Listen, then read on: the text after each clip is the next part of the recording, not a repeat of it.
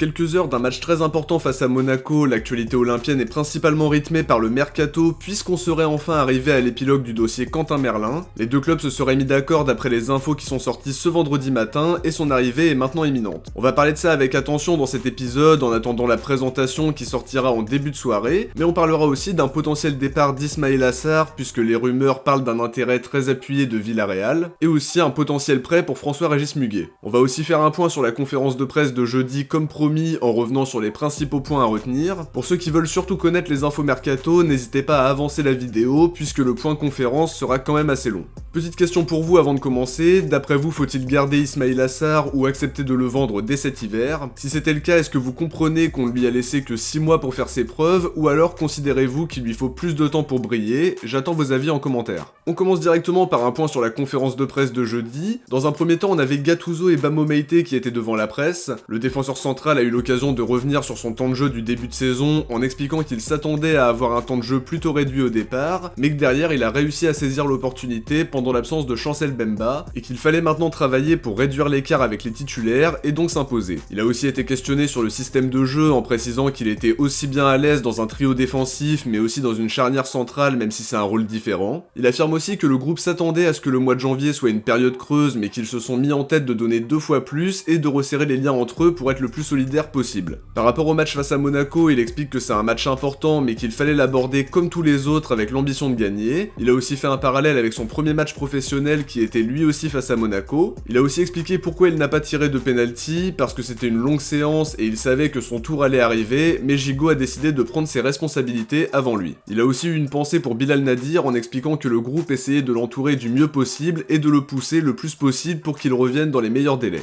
Gattuso de son côté a confirmé le forfait de Murillo qui a un problème aux adducteurs. En revanche, les nouvelles sont pas hyper rassurantes en ce qui concerne nos milieux de terrain. Kondogbia qui était de retour à l'entraînement mais qui n'est pas forcément à 100% non plus, et Verretou qui ne s'est entraîné qu'une fois cette semaine après avoir eu un problème aux ischio. Malgré les absences, Gattuso attend de son groupe qu'il soit déterminé, qu'il joue sans peur et qu'il montre une grosse mentalité. Tout le monde est conscient que la situation n'est pas idéale par rapport aux absences mais qu'il ne part pas défaitiste pour autant, encore heureux j'ai envie de dire. Il a aussi rappelé qu'il n'allait pas s'apitoyer sur son sort, qu'il savait qu'on allait perdre des joueurs à la CAN, et qu'avec un effectif restreint, il pouvait y avoir des blessures qui s'ajoutent. Il précise aussi que le manque de profondeur de banc empêche de faire des changements impactants, et que par conséquent, ça joue sur le physique des joueurs. Par rapport au système de samedi soir, il explique qu'ils ont tenté plusieurs choses, que ce soit à 4 ou à 5 derrière, mais que l'objectif était surtout d'aligner la meilleure équipe possible. Il appelle aussi à l'aide du vélodrome en expliquant qu'ils ont besoin de soutien pendant tout le match, et que s'il fallait se faire siffler en fin de match, il l'accepterait à ce moment-là, mais pas avant. Concernant les recrues, il sous-entend que des joueurs pourrait être attendu mais qu'il ne peut pas en dire plus. Il a été très évasif sur les retours de la CAN en expliquant qu'ils allaient discuter avec chaque joueur au moment opportun.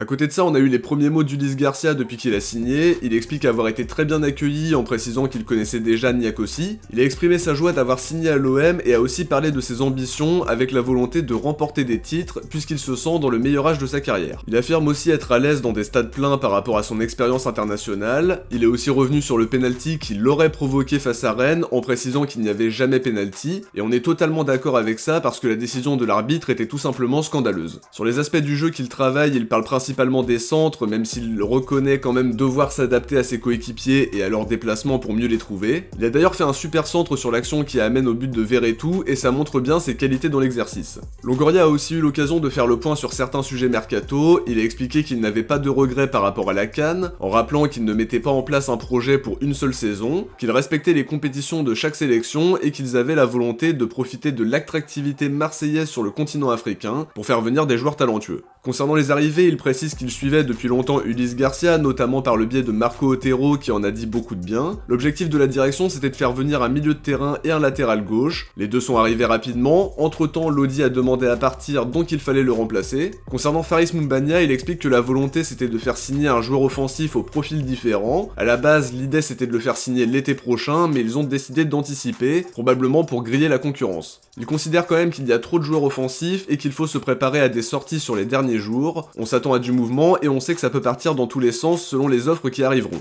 Après ce long point sur la conférence de presse qui nous a donné pas mal d'infos, on passe aux informations mercato, en commençant par un focus sur Muguet qui intéresse Saint-Etienne dans le cadre d'un prêt jusqu'à la fin de saison d'après les infos de l'équipe. L'ailier camerounais ne peut toujours pas jouer pour le moment puisque la fédération camerounaise n'a pas donné son feu vert, pour autant ça se décantera forcément dans les prochains jours et ça va aussi dépendre du parcours du Cameroun. Quoi qu'il en soit, c'est une très bonne idée de le prêter sur les 6 prochains mois, je pense que son temps de jeu restera très réduit à Marseille et que ça ne peut qu'être bénéfique qu'il joue plus régulièrement dans un club de Ligue 2. Je pense qu'il y a d'autres clubs intéressés et il faut absolument qu'on boucle son départ en prêt pour son développement. Concernant Giovanni Reina, Sky Sports précisait ce jeudi que Nottingham Forest était très intéressé par lui, mais qu'ils étaient dans l'obligation de dégraisser leur effectif afin de faire une approche officielle. Beaucoup de médias parlent d'une bonne nouvelle pour l'OM, mais on est aussi dans la même situation avec le besoin de se séparer d'un élément offensif pour le faire signer. Bild affirme de leur côté que le joueur ne prendra pas sa décision avant ce week-end, il se laisse donc quelques jours de réflexion, mais on en saura plus dans les prochaines heures. Il y a aussi une rumeur très insistante par rapport à un départ d'Ismail Assar. Relevo a annoncé hier que le joueur était dans le viseur de Villarreal. Marcelino, qui était à l'origine de sa venue, aimerait le faire signer. Apparemment l'OM serait ouvert à son départ mais préfère un transfert sec alors que le club espagnol se verrait plutôt le faire venir sous forme de prêt avec option d'achat. Longoria a expliqué en conférence que la direction avait confiance en lui mais qu'il était la victime principale du passage en 3-5-2 parce que c'est un ailier pur. Il a confirmé qu'il y avait des discussions informelles avec d'autres clubs et que les discussions étaient ouvertes avec le joueur étant donné que les conditions actuelles ne sont plus les mêmes qu'au moment de son arrivée avec le 4-4-2 de Marcelino. Fabrizio Romano a confirmé que Villarreal et l'OM discutaient pour un prêt avec option d'achat, les négos sont en cours et a priori Sarr aurait donné son feu vert pour boucler l'opération. Je comprends l'idée sur le plan tactique parce que si on reste sur le dispositif actuel, il n'a pas vraiment de poste attitré, à moins de jouer dans le duo d'attaquants, mais il y a des profils plus adaptés, Mumbagna, Ndiaye, Vitinha et même Correa pour accompagner Aubameyang. Pour autant, j'aurais vraiment aimé le voir réussir à l'OM parce que c'est un joueur que j'apprécie vraiment beaucoup, et je trouve ça dommage de faire venir des joueurs pour 6 mois, ils sont pas performants comme on l'attendait et derrière ils repartent aussitôt sans avoir eu le temps de montrer l'étendue de leur talent. Sarr c'est un bon joueur qui a connu un début de saison compliqué avec le départ du coach qui le voulait, et le climat tendu du mois de septembre. A voir si ça va se confirmer, mais les infos semblent se diriger vers cette issue-là, c'est dommage parce qu'il est en train d'engranger beaucoup de confiance avec le Sénégal, en étant notamment dans l'équipe type de la phase de groupe. La tribune olympienne précise que la direction veut un prêt avec option d'achat automatique de 10 millions d'euros avec 3 millions d'euros de bonus pour se rapprocher des 13 millions investis. Ça reste quand même éloigné de sa valeur transfer market même si ça reste à titre indicatif puisqu'elle est autour de 20 millions d'euros, mais on n'a pas réussi à le valoriser sur les 6 derniers mois. Alors maintenant l'information la plus importante c'est qu'on est enfin à l'épilogue du dossier Merlin. L'équipe annonçait ce matin qu'un accord officiel avait été trouvé entre les deux clubs pour un transfert de 12 millions d'euros et que le joueur était attendu à Marseille ce vendredi. Une information confirmée par Foot Mercato dans la foulée qui précise que la direction nantaise a trouvé son remplaçant. Logiquement il s'agit de Massadio Haidara qui attendait le feu vert de Lens, étant donné qu'ils cherchaient eux aussi un remplaçant. Nouvelle preuve que le jeu des chaises musicales complique beaucoup les dossiers notamment en termes de timing, surtout dans un mercato aussi court. La Provence va plus loin en affirmant que le joueur arrivait à Marseille ce vendredi à 15h30 avant de passer sa visite médicale. C'est une très bonne nouvelle parce que le joueur commençait à s'impatienter. Ouest France et David Filippo, qui a d'ailleurs fait un super travail dans le dossier, expliquait qu'il avait mis la pression sur sa direction. Il avait décidé de ne pas jouer le match de Nantes ce week-end pour signer à Marseille et clairement un transfert avorté aurait été un gros coup dur pour lui. Ça m'a rappelé Rongier qui était dans l'incertitude la plus totale à l'hôtel Intercontinental puisque Kita demandait une somme plus importante que prévu dans les dernières minutes. Pour revenir à Merlin, la volonté du joueur a fait la différence dans ce dossier, mais la clé c'était aussi l'arrivée d'Haidara à Nantes.